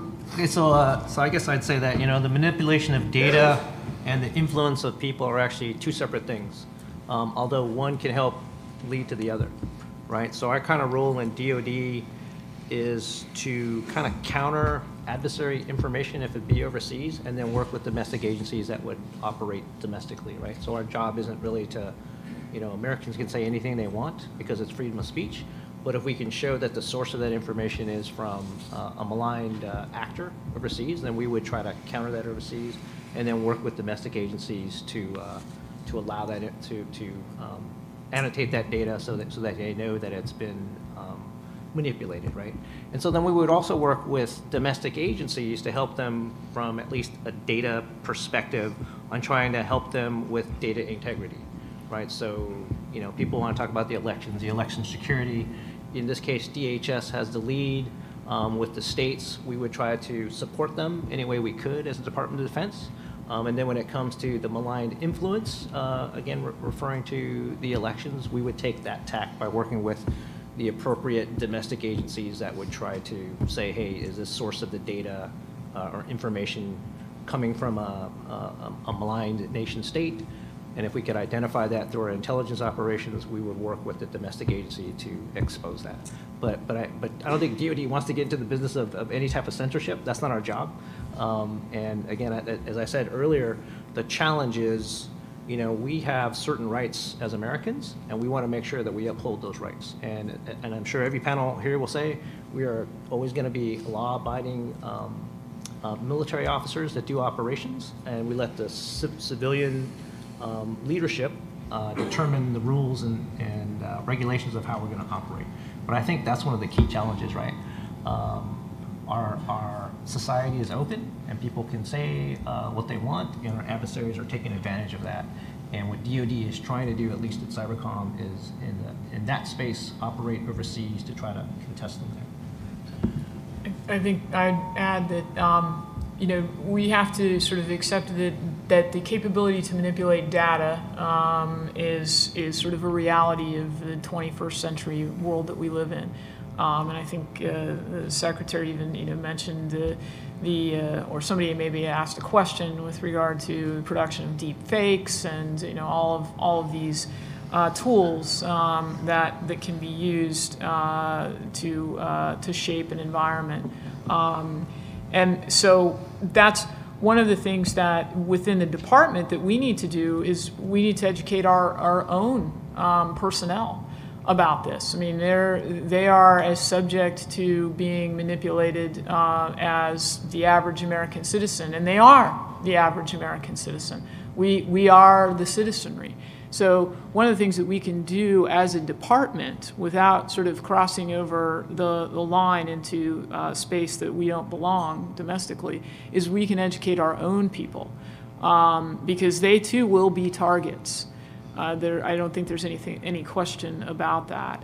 But it also goes back to my earlier comment that we also, as a department, need to make an assumption that we will be operating in a contested environment, and it will be contested in the information space in terms of the integrity of the information that we are dealing with. And so we need to plan accordingly. I think Secretary Rumsfeld, said, if you get your assumptions right, that's where you start, is with your assumptions. And if we're making incorrect assumptions, believing that we are operating in some protective bubble here in the department, then we are going to fail.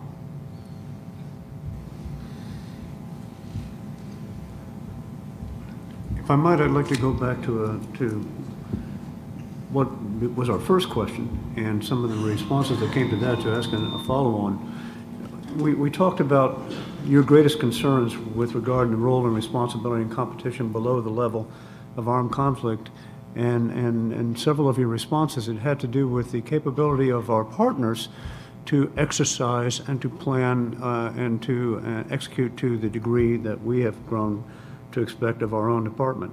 But my question now would be, how is DoD working with federal, state, local, civilian partners, up to and including the private sector, to cooperatively develop exercises and refine the plans that address the realities of continuing military operations, whether we're talking about under attack or in competition or in conflict, by the spectrum of the adversary capabilities that have been our concern this afternoon?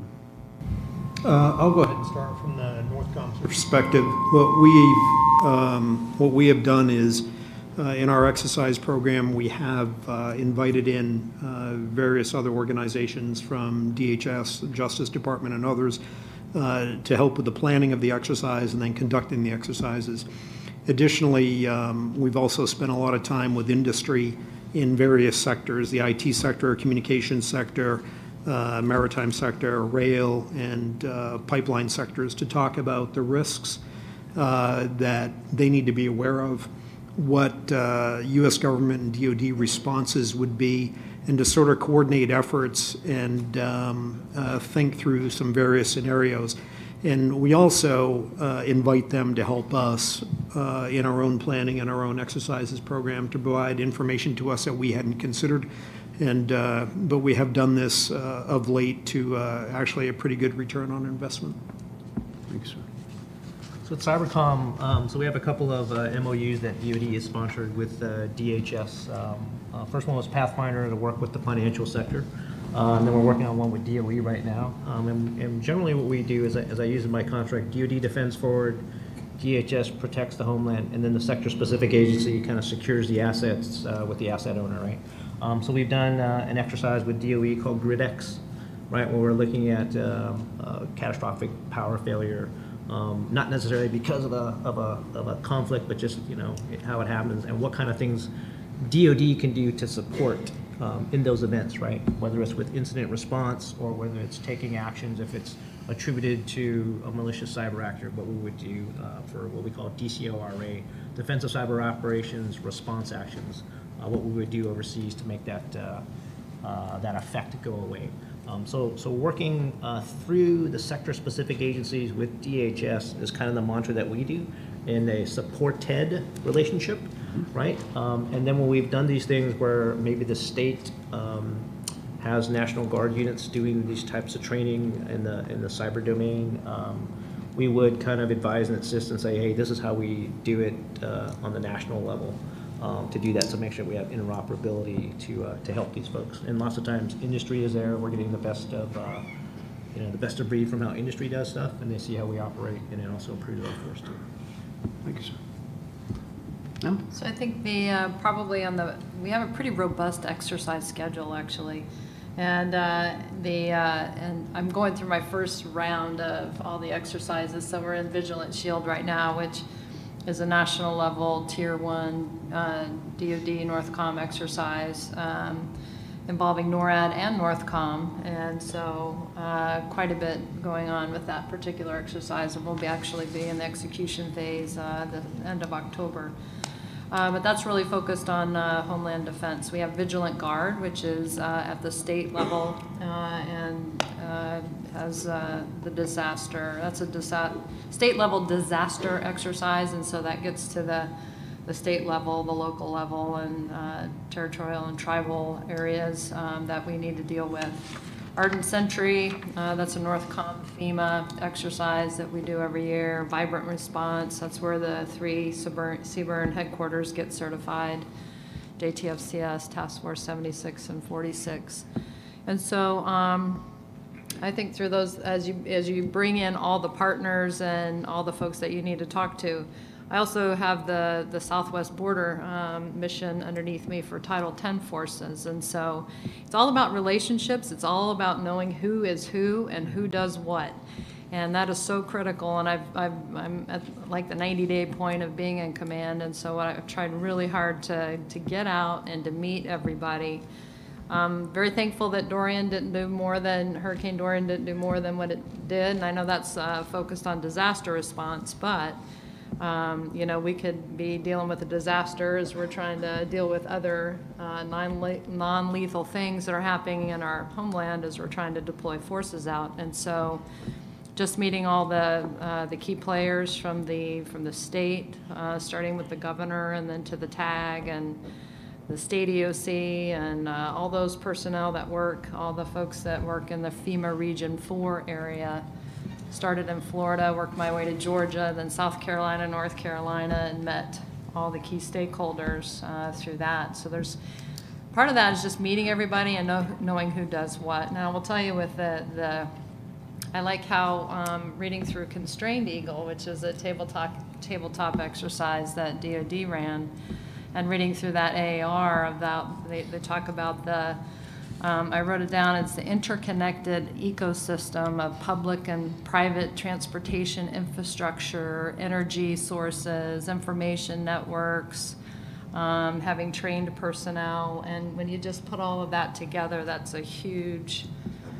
just a huge conglomeration of folks that need to know each other, need to know, you need to know who it is, and you need to know how to get a hold of them, because if we're really in the middle exercising something like this, those relationships are really going to matter. But we need to get beyond that, I think. And with the exercise program that we have, we can get pretty far along, but we always need to be looking at how we can make it better. And because things are changing so rapidly with technology and with cyber and those kinds of things, that we're only as relevant as as what we're doing today. So we just got to keep after it and keep making it harder and stress ourselves, just like we do with our units in the Army. We want the training center and their experience that they get there at the training center to be harder than combat, and normally that's been the case. But we want the same thing with our exercise program. We want that to be the hardest thing that we encounter, so that when we actually encounter the real thing, that it's a little bit easier than that. So I'll just add that from an OSD standpoint, we are working with our other interagency partners. We have a program with DOE right now that we call Defense Critical Electric Infrastructure, in which we work with DOE and then the private sector electric power generation community to help identify critical power generation nodes that are related to DoD's infrastructure and our mission requirements. So that's sort of getting the word out there. Last week, I was up in New York for some UN meetings, and I took the opportunity to make a side trip over to talk to the NYPD. And of course, they're sort of the best in the business when it comes to domestic security, and quite advanced, and probably are more advanced, have a more advanced police force than many small nations have armies. But in any case, they were quite receptive to our discussion with them about the sort of the change in the homeland environment, and acknowledged that they had been focused on the CT problem, and were now beginning themselves to realize that there's something different out there that they need to pay attention to. And so they, working through, again, DHS is always our partner in all of these external engagements, but we are going to partner through DHS and with them and hopefully other parts of the law enforcement community to get the word out, and also look for opportunities to work with them on these problems. So I think we're taking the right steps. We've got a long way to go, though, because this is still a very, very new area that folks are not educated on. That, ladies and gentlemen, is probably the best summation of what we could expect to take out of a panel like this one today. We've made great progress, and we've got a long way to go. I would like to ask you all to join with me in thanking the panel for a terrific presentation, and we've